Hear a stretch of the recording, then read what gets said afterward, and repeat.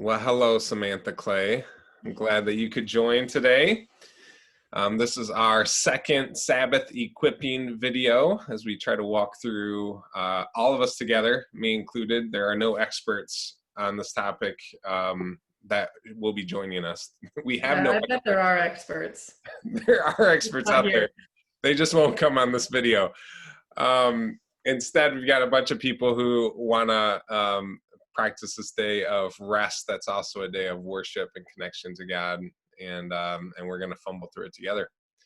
So Sam is specifically joining us because she and Jake Clay, her husband, they were just sharing. I just got to hear some of their story of how they did a really good job preparing for the Sabbath and how that preparation actually paid off with it being a day of actual delight. So Sam, you want to share what that looked like for you guys? Sure. So I want to be careful not to over spiritualize our preparation because I think that's some of what's held me back from thinking about Sabbath in the past. Like it always felt like this day where had to be like the most spiritual, like sit quietly in your prayer closet with a blanket over your head praying and reading the Bible probably in another language for it to actually like count. And so even in like thinking about how we prepared, like there was real preparation, but I don't want to deceive anyone by saying the Lord spoke from on high and thus we prepared. But Jake and I had been feeling kind of convicted about like the time we were spending just on our phones, like doing nonsense, nothing, just scrolling. And yeah, just like kind of felt like it, like we always had to have our phones with us. And like a couple of times where we would go for a walk or go for a drive and leave it behind felt both really freeing and like terrifying. Like there was a part of me missing.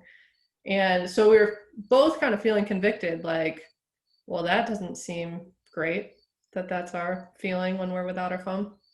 And we had watched this documentary called The Social Dilemma, and that kind of gave the final push of like, cool, Yeah. we're gonna have some time apart from this device. And so we had Jake proposed going from sundown Saturday to sundown Sunday as a tech-free time for our family. So no phones, no TV. We weren't going to watch a Saturday night movie. It was going to be a time kind of set aside to really be like freed up from the distraction and like the soul numbingness of the phone. Like the phone was a thing, and probably TV, like the thing that we turn to in times of boredom, worry, sadness, happiness, like just it became like the go-to. So we wanted to have some separation. And so we had planned that maybe on Thursday. And when he proposed that, I was like, cool. I've been thinking a little bit about this whole Sabbath thing. I don't know if I'm ready to say like Sunday is our Sabbath, but that jives pretty well. So let's just see where this goes. And it was helpful that we had made that decision beforehand because it got us thinking about what we would like to do instead. So if we can't just sit at home staring at a screen, what would we like to do? And so yeah, Saturday night, I would say in a lot of ways kind of was the start of our Sabbath. It was the start of our kind of phone-free, tech-free time. And we played some board games and sat around a fire and had like good discussion. And honestly, like got into a little conflict during the game because we have very different approaches to how games are played. For me, it's just about having fun, and for Jake, it is mostly about winning. But not like having that pre-planned freedom from distraction actually gave us a space to like have meaningful conversation about it and not just be like, well, that felt funny at the end of that game, but no problem. Shove it down. Scroll, scroll, scroll. So that was Saturday night. And then Sunday, we ended up taking a walk in Palmer Park, and like whole family, Bo and Zoe, and not Zoe has a book called Carl's Big Adventure. There's like a whole series where the dog watches the baby. We did not go that route. We took them with us, but Okay. we so we were at the park and just walking in the woods, walking in the meadow, and we knew like going into Sunday that we wanted to have time in nature, and so we thought Palmer Park was a good way to do that. That wasn't going to be like a whole afternoon where we were going to be far from home and kind of stuck. And we just walked, and it was like so nice to, I mean, it was a beautiful day, but to like be out in nature, to get to like really just marvel at the size of the trees in the woods, and really just like delight in God's creation and delight in how God made Bo and Zoe. Like Bo got to be off leash for a little while and like hopping through a meadow chasing sticks, and Zoe would chase after him. And it wasn't as if we walked into that time of go be in the woods with the goal of, and pray as you walk, and be sure to recite this verse of the Bible. But entering into the time wanting to be freed up to be able to delight, and like having the freedom from distraction from the phone, and the like just that we had gone out together to do this. I felt like it really freed us up to be able to delight and to really be present in the time in a way that I don't think we had been in previous times, when it was just like, oh, we're kind of stir crazy, let's go for a walk. There was something about like choosing to have that day set aside and making some decisions up front that really freed us up to delight in that time. Yeah. And it felt just like playing, like just like very free, and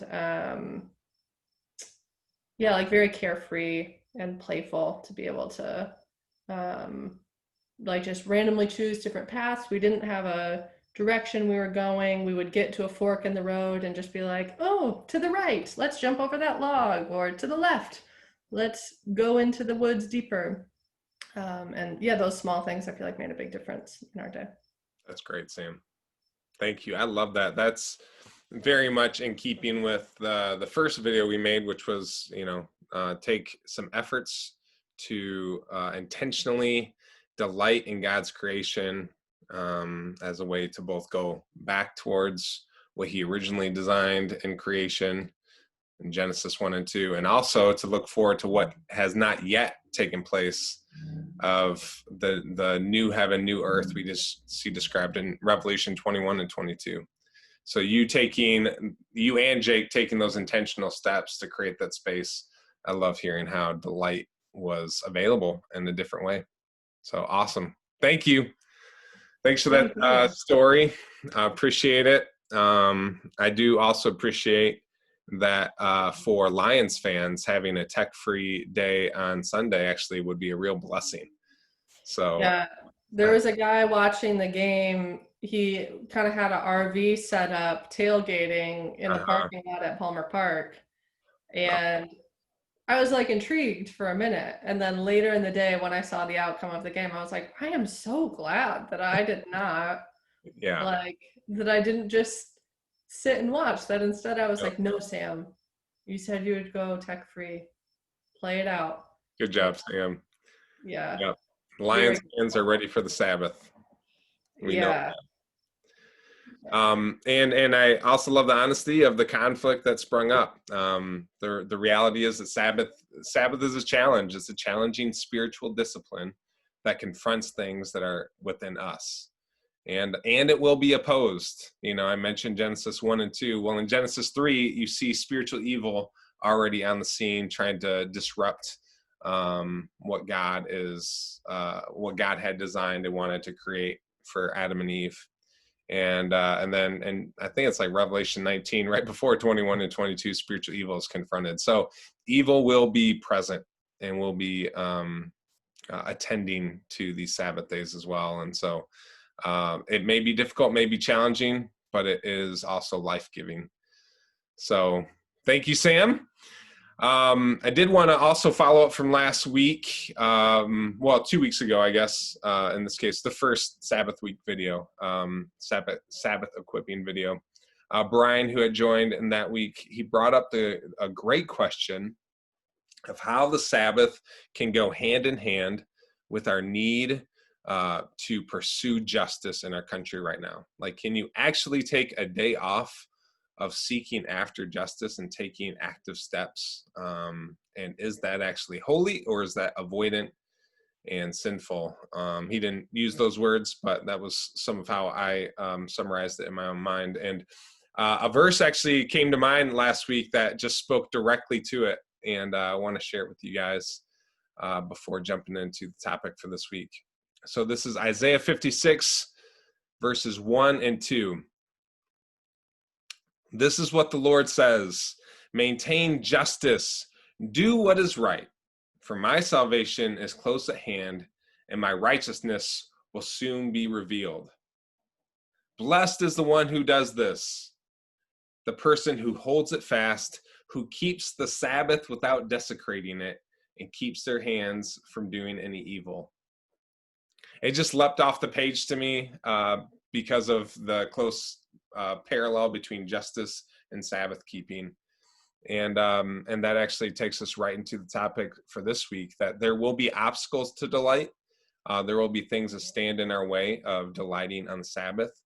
And those are, as again, what we're going through, what I'm going to be leading through is out of this book called The Sabbath by Dan Allender. And he lists 3 distractions to delight in the book. The first is pride, then distraction and fear. And I think as wonderful and healthy and important as it is for us to be engaging in justice, and frankly, most of us need to engage more, that there also within our dialogues on justice, there is a thread of pride throughout it, of what we can make, of what we can create. And the Sabbath confronts that, because the Sabbath is a day of not pursuing those things, not working, and instead remembering the God who made everything and reflecting on what only God can do. So I'm going to read a few excerpts and hitting on those 3 things, those obstacles, and hopefully by the end of this video, you'll be set up a little bit more to take steps this upcoming Sabbath day, whatever day that is for you, whether it's Sunday or a different day of the week, to make those preparations and find delight in the Sabbath. All right. So this is the words of Dan Allender. We often fail to create a day of delight because to do so compels us to stand against the division, destitution, and despair that holds us captive the other 6 days of the week. That there is this active standing against the things in this world that sweep us up, that want us to live divided, to feel spiritually destitute, and to despair. And he mentions how Americans in particular tend to struggle with pride, distraction, and fear. And the greatest of these, he says, is fear. So we'll hit that one last. Regarding pride, he mentioned this friend of his that interacted with him, and he writes about this friend in his book, saying his friend was replying to Dan, expressing how busy he was, and his friend said, "I know what you mean. I've had over 100 emails come in by 10 o'clock this morning. Boasting about work is a national pastime. It's what we do. The one who works harder against greater odds and with fewer resources to gain the greatest ground wins." That is the great American competition. So pride is confronted on the Sabbath, and it does stand as an obstacle to delight. actually taking a break from all of those, all of the efforts that we perform and try to accomplish in our work. The second one is distractions, and there's so many to say about distractions. But really, I think, Sam, your story and Jake's story of having time away from your device for a 24-hour period was a great example of a simple way, without making this rigid list of, dogmatic things that you have to do, a simple way to remove distractions. And so delight was more easily accessible. You're removing an obstacle. And then the last is fear. So Dan was teaching a class on the Sabbath, and he asked the class, what keeps you from observing the Sabbath? And two of the students spoke up with what he thought were pretty profound thoughts. The first student said, I don't know what to do with a day that is meant to be full of delight. And the other person said, Sabbath scares me because I am so much more comfortable with work, not play. I don't know what to do with joy.